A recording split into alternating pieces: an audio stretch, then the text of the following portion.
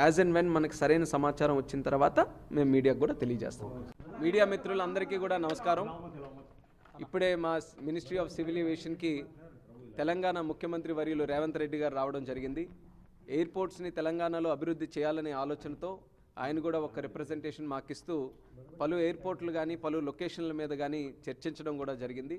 అందులో అతి ముఖ్యంగా వరంగల్ ఎయిర్పోర్ట్ని వీలైనంత త్వరగా పూర్తి చేయాలనే సంకల్పంతో వాళ్ళు కూడా విచ్చేసిన తర్వాత మా మినిస్ట్రీ నుంచి కూడా, ఎందుకనంటే ఒక తెలుగువాడిగా ఈరోజు అవకాశం వచ్చిన తర్వాత నేను మొదటి రోజు నుంచి కూడా చెప్పాను, ఆంధ్రప్రదేశ్లో అలాగే తెలంగాణలో రెండిట్లో కూడా సరి సమానంగా ఎక్కడెక్కడైతే ఎయిర్పోర్ట్లు నూతనంగా ఏర్పాటు చేసే అవకాశాలు ఉన్నాయో, ఏవియేషన్ అభివృద్ధి చేసే అవకాశాలు ఎక్కడెక్కడైతే ఉన్నాయో రెండింటిని కూడా సమాంతరంగా డెవలప్ చేయాలనే ఆలోచనతో నాకు ముందు నుంచి కూడా ఒక పట్టుదలతో ఉన్నాము.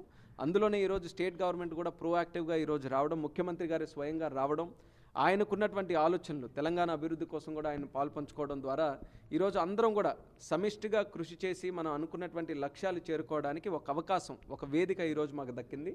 ఆయన రిక్వెస్ట్ చేసింది వరంగల్లో అక్కడ ఉన్నటువంటి సైట్, ఎందుకనంటే ఎయిర్పోర్ట్ తాలూకు ల్యాండ్ కొంత ఉంది, కానీ అదనంగా కొంత ల్యాండ్ కూడా దానికి కావాల్సి వచ్చింది. సో మేము రిక్వెస్ట్ చేసాం ఒక 253 ఏకర్స్ కావాలని. స్టేట్ ప్రోయాక్టివ్గా దానికి కావాల్సినటువంటి డబ్బులు కూడా రిలీజ్ చేసి ల్యాండ్ ఎక్విజిషన్ త్వరితగతిన పూర్తి చేయాలని కూడా మొన్ననే ఆదేశాలు కూడా జారీ చేయడం జరిగింది. సో మేము వెయిట్ చేస్తున్నాం.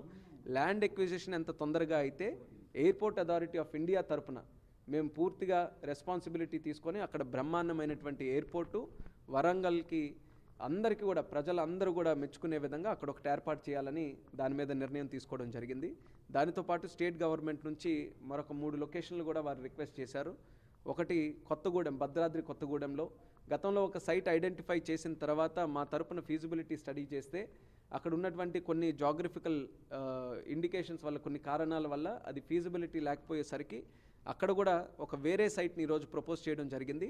దానికి మళ్ళీ ఎయిర్పోర్ట్ అథారిటీ ఆఫ్ ఇండియా నుంచి ఫీజిబిలిటీ స్టడీ చేయాల్సి వస్తుంది. అది కూడా రానున్న 1-2 నెలల్లో అది కూడా మేము పూర్తి చేస్తాం.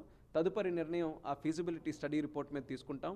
అలాగే భద్రాద్రి కొత్తగూడెం తరహాలోనే మనకి పెద్దపల్లి ఏరియాలో కూడా, అక్కడ కూడా గతంలో నుంచి కూడా నడుస్తూ వచ్చింది ఒక ఎయిర్పోర్ట్ ఉండాలని. గతంలో ఉన్నటువంటి స్ట్రిప్పు ఇప్పుడు సరైన అవకాశాలు లేక అది డెవలప్ చేయకపోయేసరికి వాళ్ళ సైడ్ నుంచే ఇంకొక సైట్ కూడా చూసే అవకాశం ఉందని చెప్పారు. అది కూడా మేము ఫీజిబిలిటీ స్టడీ చేస్తాం. ఈ 2 ఏరియాలు కొత్తగూడెం అలాగే పెద్దపల్లిలో స్టేట్ గవర్నమెంట్ చూపించినటువంటి సైట్ని ఫీజిబిలిటీ స్టడీ చేసిన తర్వాత అది ఎంతవరకు కూడా మనకి సానుకూలంగా వస్తే దాని మీద ముందుకు నడిచే అవకాశం వస్తుంది. కాబట్టి రిపోర్ట్ వచ్చిన తర్వాత దాని మీద నిర్ణయం తీసుకుంటాం. అలాగే అతి ముఖ్యంగా స్టేట్ గవర్నమెంట్ కూడా దృష్టి పెడుతుంది, అది ఆదిలాబాద్ ఏరియాలో కూడా ఒక ఎయిర్పోర్ట్ ఏర్పాటు చేయాలని. ఆదిలాబాద్ ఎయిర్పోర్ట్లో డిఫెన్స్ తాలూకా ల్యాండ్ ఉంది, అక్కడ ఉన్నటువంటి ఎయిర్ స్పేస్ కూడా డిఫెన్స్ తాలూకా రిస్ట్రిక్షన్ ఉంది. సో కేవలం మా వంతుగానే కాకుండా మినిస్ట్రీ ఆఫ్ డిఫెన్స్ నుంచి కూడా సహకారం తీసుకొని అక్కడ ఎయిర్పోర్ట్ ఏర్పాటు చేయాల్సి వస్తుంది. కాబట్టి ఆ విషయం కూడా మేము ముఖ్యమంత్రి గారికి చెప్పాం. సో మినిస్ట్రీ ఆఫ్ డిఫెన్స్ సహకారం తీసుకొని కూడా అక్కడ ఏర్పాటు చేయడానికి ఒక నిర్ణయం తీసుకుంటాం. ఆదిలాబాద్ స్ట్రాటజిక్ లొకేషన్, ఆ చుట్టుపక్కల మహారాష్ట్ర తాలూకా బార్డర్ ఉంది, దగ్గరలోనే ఛత్తీస్గఢ్ ఏరియా కూడా వస్తుంది. ఆ ప్రాంతంలో ఎక్కడ కూడా దగ్గరలో ఎయిర్పోర్ట్ లేనందువల్ల అక్కడ మంచి డిమాండ్ కూడా ఎస్టాబ్లిష్ అయ్యే అవకాశం ఉంది. కాబట్టి అది ఖచ్చితంగా భవిష్యత్తులో చేసే అవకాశాలని తీసుకొని వచ్చే విధంగా మా వంతు ప్రయత్నం చేస్తామని కూడా తెలియజేశాం. ఈ యొక్క ప్రభుత్వం, ఎన్డీఏ ప్రభుత్వం ఏదైతే ఉందో, ప్రధానమంత్రి నరేంద్ర మోదీ గారి తాలూకా ఆధ్వర్యంలో ఎప్పుడూ కూడా కాన్సన్ట్రేట్ చేసేది, దృష్టి పెట్టేది డెవలప్మెంట్ మీదే. గత 10 సంవత్సరాల్లో ఎన్నడూ లేని విధంగా ఎయిర్పోర్ట్స్ తాలూకా అభివృద్ధి మనం చేసుకోగలిగాం.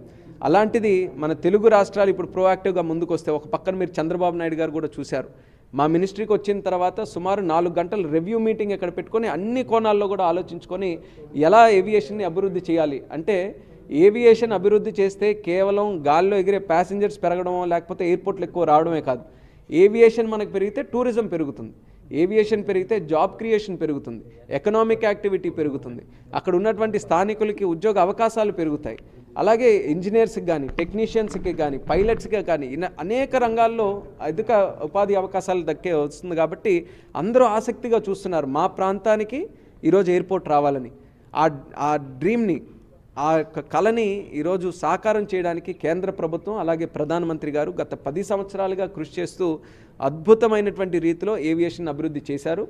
ఈరోజు అలాగే చంద్రబాబు నాయుడు గారి తాలూకా గైడెన్స్లో నరేంద్ర మోదీ గారి తాలూకా మార్గదర్శకంలో ఈ యొక్క ఏవియేషన్ని ఈరోజు ఒక యువ మంత్రిగా నాకు అవకాశం వచ్చిన తర్వాత మరింత అభివృద్ధి చేసి చూపించాలనేటటువంటి లక్ష్యంతో నేను కూడా కృషి చేస్తున్నాను. ఇలా ముఖ్యమంత్రి గారు ఈరోజు రావడం, ఆయన కూడా తెలంగాణకి సంబంధించి ఈ విషయాలన్నీ కూడా పంచుకోవడం చాలా ఆనందంగా అనిపించింది. మాకు కూడా తెలంగాణలో పూర్తి శాతం అభివృద్ధి చేయాలని చాలా రోజుల నుంచి మేము ఎదురు చూస్తున్నాం. ఈరోజు అన్నీ సానుకూలంగా ఉన్నాయి కాబట్టి ఖచ్చితంగా రానున్న రోజుల్లో అభివృద్ధి మీరందరూ కూడా చూసే విధంగా చర్యలు కూడా తీసుకుంటాం. మా లక్ష్యం అయితే 4 కాదు, అవకాశం ఉంటే 4 కన్నా ఎక్కువే చేయాలని ఉంటుంది. కానీ నేను అన్నట్టు ఎయిర్పోర్ట్ కట్టాలనంటే మొట్టమొదటిగా భూమి తాలూకా సమస్యను మనం పరిష్కరించుకోవాలి. ఈరోజు ప్రోయాక్టివ్గా నేను చెప్పినట్టు వరంగల్కి ఏదైతే సర్క్యులర్ కూడా రిలీజ్ చేశారు కాబట్టి ఒక కాన్ఫిడెన్స్ ఉంది. సో వరంగల్ అయితే 100% పూర్తి చేస్తామన్నటువంటి నమ్మకం ఉంది. మిగతాది నేను అన్నట్టు ఫీజిబిలిటీ స్టడీ చేయాలి. ఫీజిబిలిటీ స్టడీ చేస్తే ల్యాండ్ ఎక్విజిషన్ ప్రాసెస్కి వెళ్ళాలి. సో స్టెప్ బై స్టెప్ ఉన్నాయి కాబట్టి దాని మీద కంటే ఈరోజు వరంగల్ మాత్రం ఇమీడియట్గా మేము స్టార్ట్ చేస్తాం. మిగిలిన ఎయిర్పోర్ట్స్ కూడా యాజ్ అండ్ వెన్ మనకి సరైన సమాచారం వచ్చిన తర్వాత మేము మీడియాకు కూడా తెలియజేస్తాం. మీడియా మిత్రులందరికీ కూడా నమస్కారం. ఇప్పుడే మా మినిస్ట్రీ ఆఫ్ సివిల్ ఏవియేషన్కి తెలంగాణ ముఖ్యమంత్రి